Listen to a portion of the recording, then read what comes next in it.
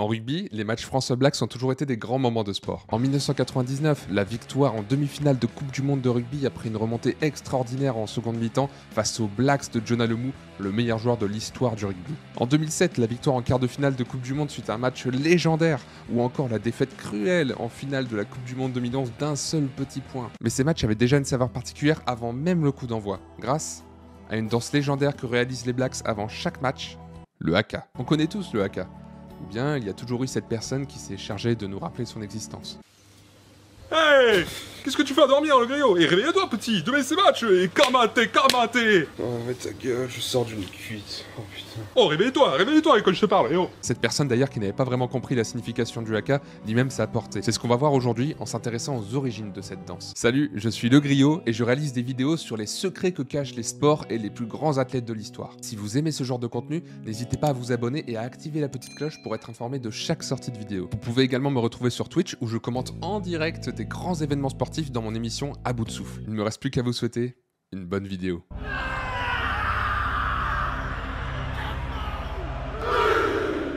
Le mot haka veut littéralement dire faire et symbolise en fait l'ensemble des danses issues de la culture polynésienne. Car oui, contrairement à une idée répandue, le haka n'est pas la propriété des All Blacks, l'équipe de rugby à 15 de la Nouvelle-Zélande. Il existe en fait de nombreux hakas, chacun ayant leur signification. En revanche, ce sont bien les Maoris néo-zélandais qui sont à l'origine de cette danse. En 1820, le chef de la tribu des Ngati-Toa du nord de la Nouvelle-Zélande, Te Rauparaa, si tu écoutes cette vidéo, je suis désolé si j'ai écorché ton nom.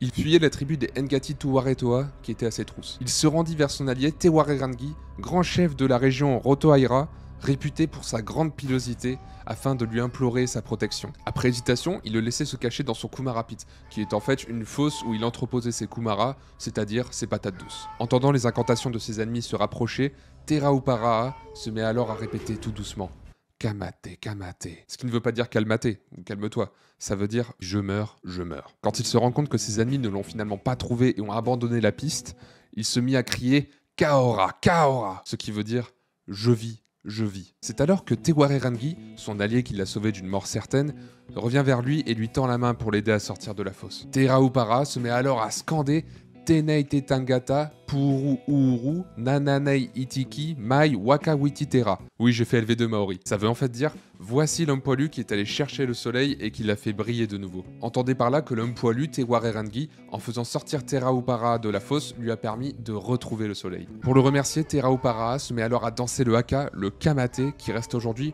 le plus connu et qui a longtemps été repris par les Blacks avant les matchs de rugby. Le haka est une danse qui est réalisée dans bon nombre d'occasions, mais qui reste à l'origine une danse de guerre pour intimider l'adversaire. C'est la raison pour laquelle on retrouve souvent dans les différents hakas des mots crus, violents, tout comme des gestes d'intimidation comme taper fort des mains sur les cuisses et la poitrine, tirer la langue, ouvrir grand les yeux et faire des grimaces. On voit par exemple ici les soldats néo-zélandais lors de la Seconde Guerre mondiale, engagés au nom de la Grande-Bretagne, qui effectuaient le haka avant d'aller sur le front. Cependant, le haka est aussi depuis toujours une danse qui peut être pratiquée dans différentes cérémonies culturelles, comme par exemple le mariage. Bon, il faut reconnaître qu'en France, ça passerait peut-être pas aussi bien. Accepteriez-vous de le prendre pour époux jusqu'à ce que la mort vous sépare? Kamate, kaora, kaora, kamate.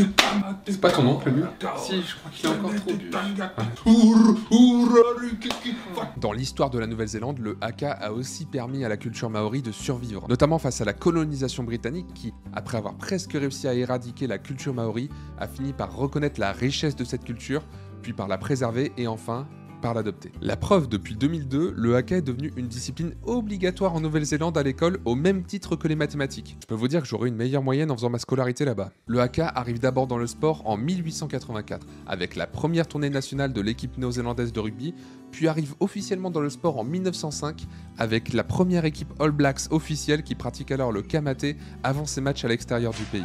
On remarque une évolution dans l'intensité du haka au fur et à mesure du temps, et il y a une explication à ça. Pendant longtemps, les All Blacks étaient composés en majorité de Pakea, c'est-à-dire des blancs. Et en fait, ils ne comprenaient pas vraiment ce qu'ils dansaient, la symbolique qui était derrière tout ça. Avec la recrudescence des joueurs d'origine maori dans l'équipe des All Blacks, en 1986, à la veille de la première Coupe du Monde de l'histoire du rugby qui se déroulait d'ailleurs en Nouvelle-Zélande, Wayne Buck Shelford, un des leaders des All Blacks, a été approché par des Kaumatua, c'est-à-dire des anciens des tribus maoris. Ils lui ont demandé à ce que le haka soit bien réalisé par l'équipe lors de cette compétition, ou bien d'arrêter tout simplement de le faire. C'est à ce moment-là que le haka prend l'intensité qu'on lui connaît aujourd'hui dans le monde du rugby, et il devient alors un phénomène mondial. Aujourd'hui, les All Blacks peuvent réaliser 2 haka avant les matchs. Le kamaté, dont on a vu l'origine tout à l'heure et qui fait référence au dieu du soleil, les personnes qui réalisent cette danse cherchent en fait à en puiser de la force pour le combat qui est à venir. Ce n'est donc pas le haka le plus agressif qu'on puisse connaître. Le deuxième haka que les Blacks peuvent réaliser avant les matchs a été créé en 2005 par le spécialiste des haka Derek Lardeli et spécialement créé pour les All Blacks, il s'appelle le Kapao Pango. Considéré comme étant le plus violent des haka,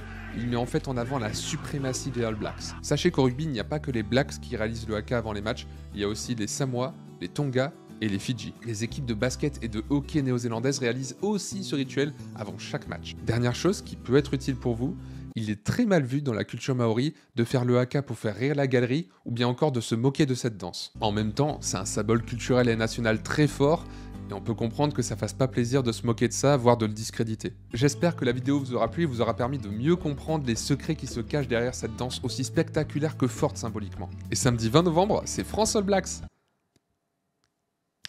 C'est mieux comme ça. Je vous invite à suivre le match en direct dès 20h sur ma chaîne Twitch. Si jamais vous suivez le match sur France 2, vous pouvez toujours venir à l'avant-match, à la mi-temps et puis à l'après-match pour qu'on discute ensemble de ce qu'on en a pensé. N'hésitez pas à vous abonner à la chaîne et à activer la petite cloche pour être informé des prochaines vidéos, ça aidera grandement le développement de cette chaîne. Dites-moi aussi en commentaire ce que vous avez appris lors de cette vidéo. Il ne me reste plus qu'à vous dire bon match et à très vite pour de nouvelles révélations.